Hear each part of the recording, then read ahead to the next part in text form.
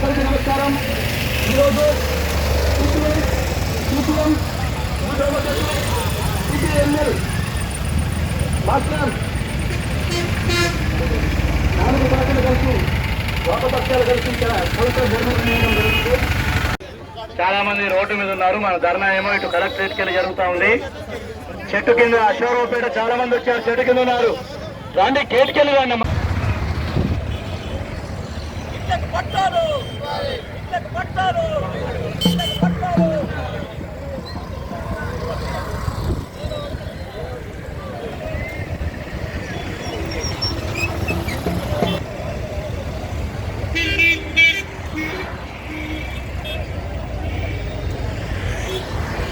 పూర్తి స్థాయి కొనసాగిద్దామని చెప్పి తెలియజేస్తూ మన సమస్య పరిష్కారం అయ్యే వరకు కూడా ఈ పోరాటాన్ని ఆపే సమస్య లేదు, ముందుకు తీసుకెళ్తమే. ప్రతి పేదవాడికి ఇంటి స్థలం రావాలి, అదే కమ్యూనిస్ట్ పార్టీల కోరిక, లక్ష్యం. అది సాధించలేకపోతే మనం కమ్యూనిస్ట్ పార్టీలుగా మనం చాలా బలహీనపడినట్లయితే నేను తెలియజేస్తూ, కమ్యూనిస్టు శక్తి ఎప్పుడు తగ్గదు. పేదవాడి చూస్తే శక్తి కమ్యూనిస్టు పెరుగుతుంది అని రుజువు చేయాలని నేను అందరికీ విజ్ఞప్తి చేస్తూ సెలవు తీసుకున్నాను. నమస్కారం. రాష్ట్రంలో నిర్ణయిస్తారు, కానీ వారు ఇచ్చినటువంటి ఒక స్ఫూర్తిదాయకమైనటువంటి పిలుపు ఏమిటంటే ప్రతి పేదవాడికి ఇంటి స్థలం దక్కే వరకు, ఇల్లు వచ్చేంత వరకు కమ్యూనిస్టుల పోరాటానికి విశ్రాంతి లేదు అని చెప్పడం అనేది జరిగింది. ఆ రకమైనటువంటి ప్రతి గుడిసెకు పట్ట, ప్రతి పేదవాడికి ఇల్లు, ఈ రకమైనటువంటి పిలుపు రేపు కమ్యూనిస్టుల యొక్క ఐక్యతతోనే మనం పెద్ద ఘన విజయం సాధించబోతున్నాం. అందుకు పేదలంతా కూడా రాజకీయాలకు అతీతంగా ఐక్యంగా ఉద్యమించి మన పోరాట శక్తిని నిరూపించి ఆ రకంగా పేదలు ఇల్లు, ఇంటి స్థలాలు సాధించుకోవాలని చెప్పేసి సందర్భంగా మీకు విజ్ఞప్తి చేస్తా ఉన్నాం. తెలంగాణ రాష్ట్ర ప్రభుత్వం ఎన్నికల నాడు ఇచ్చినటువంటి హామీల్లో అత్యంత ముఖ్యమైనది ఇంటి స్థలం. ఇంటి స్థలం లేని పేదలకు ఇంటి స్థలాలు పనిస్తామన్నారు, ఉన్న వాళ్ళకి ఇల్లు ఇస్తామన్నారు, పేదలకందరికీ రక్షణ కల్పిస్తామని చెప్పినటువంటి వాళ్ళ మాటనే అమలు జరపని ఈ సందర్భంగా మనం కోరుతున్నాం. ఇది ఒక న్యాయమైనటువంటి ప్రజాస్వామిక డిమాండ్. పేదవాడికి ఇల్లు కావాలి, ఇంటి స్థలం కావాలనేది ఇదొక పేదవాడి కళ కాబట్టి ఇది ప్రజాస్వామిక డిమాండ్. ఈ డిమాండ్ని అందరూ కూడా బలపరచవలసిన అవసరం ఉంటుంది. మనమంతా కూడా వామపక్షాల్లో ఉన్నటువంటి మనం ఏదైతే అన్ని కేంద్రాల్లో ఈ జిల్లాలో దాదాపు 15 కేంద్రాలు సుమారుగా అన్ని 4 పార్టీలు కలిపి నిర్వహణ చేస్తున్నాం.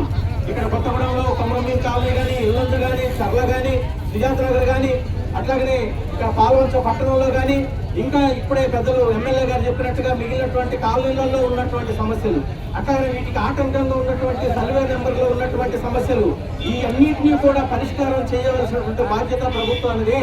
కాబట్టి ప్రభుత్వం మీనమేషాలు లెక్కించకుండా ఈ యొక్క సమస్యని పరిష్కారం చేయడానికి పూను కావాలని, అటువంటి సంఘటిత శక్తితోని మనమంతా కూడా ఐక్యంగా సంఘటిత ఉద్యమాన్ని ముందుకు తీసుకుపోదామని మీకు అందరూ విజ్ఞప్తి చేస్తా ఉన్నాం.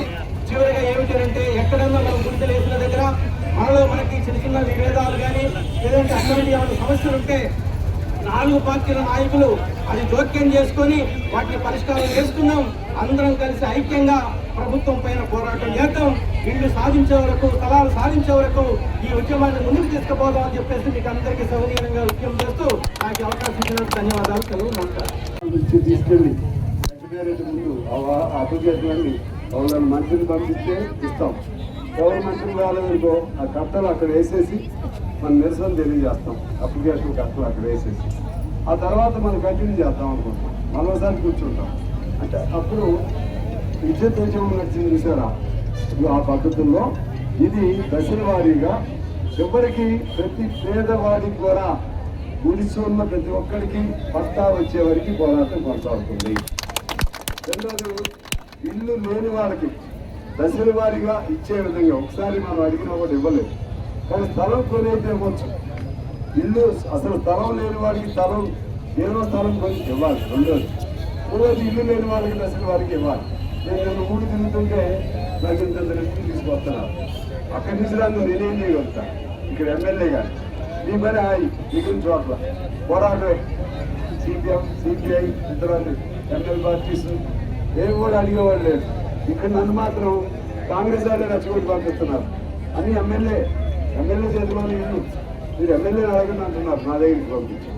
అంటే రాని వాళ్ళందరూ నా మీద కోపం రావాలి. ఇచ్చేదన్నీ పైనుంచి కొద్ది ఇస్తారు, ఆ కొద్ది ఏమో చాలు పోయిన ఇచ్చినట్టు కూడా ఇప్పుడు లేవు. అందువలన మీరు మన పోరాటాన్ని కొనసాగిద్దాం. రేపు మంచి పేరు ఒకటి పెట్టాలని ఆలోచన చేస్తున్నాం ఈ ఉద్యమానికి. నేను మళ్ళా చెప్తున్నా, ఇది వారితోనో రేపుతోనో ఎల్లుండితోనో అయిపోదు. మన చేసుకున్న గుడిసెలకు పట్టాలు వచ్చే వరకు ఇది కొనసాగుతుంది. అలాగే ఇంటి నెంబర్లు ఇచ్చే వరకు కొనసాగుతుంది. అదేవిధంగా ఒక ఒప్పందం దశల వారీగా అందరికీ పేదవాళ్ళకి ఇస్తాము అని ప్రభుత్వంతో ఒప్పందం జరిగే వరకు కూడా ఈ ఉద్యమం కొనసాగుతుంది. ఇప్పుడు నాకు మంచి సూచన వచ్చింది. మన ఉద్యమం పేరు ఏం పెట్టాలంటే ప్రతి గుడిసెకు పట్ట, ప్రతి పేదవాడికి ఇల్లు. ఇది నాకు జర్నలిస్టు వినాడు అది పెట్టి అదే మన స్లోగన్. విద్యుత్ ఉద్యమం లాగానే ఈ స్లోగన్ అంత పార్టీలు కూడా ఒప్పుకుంటూ రేపు దాన్ని ఫైనల్ చేద్దాం. చేర్పు మార్పు ఉంటే చేర్పు కూడా చేసుకుందాం. తద్వారా ఈ పేరుతో అర్థమైంది కదా, పోరాటం కొనసాగుతుందా? కొనసాగుతుంది కదా, మధ్యలో ఆగే సమస్య లేదు.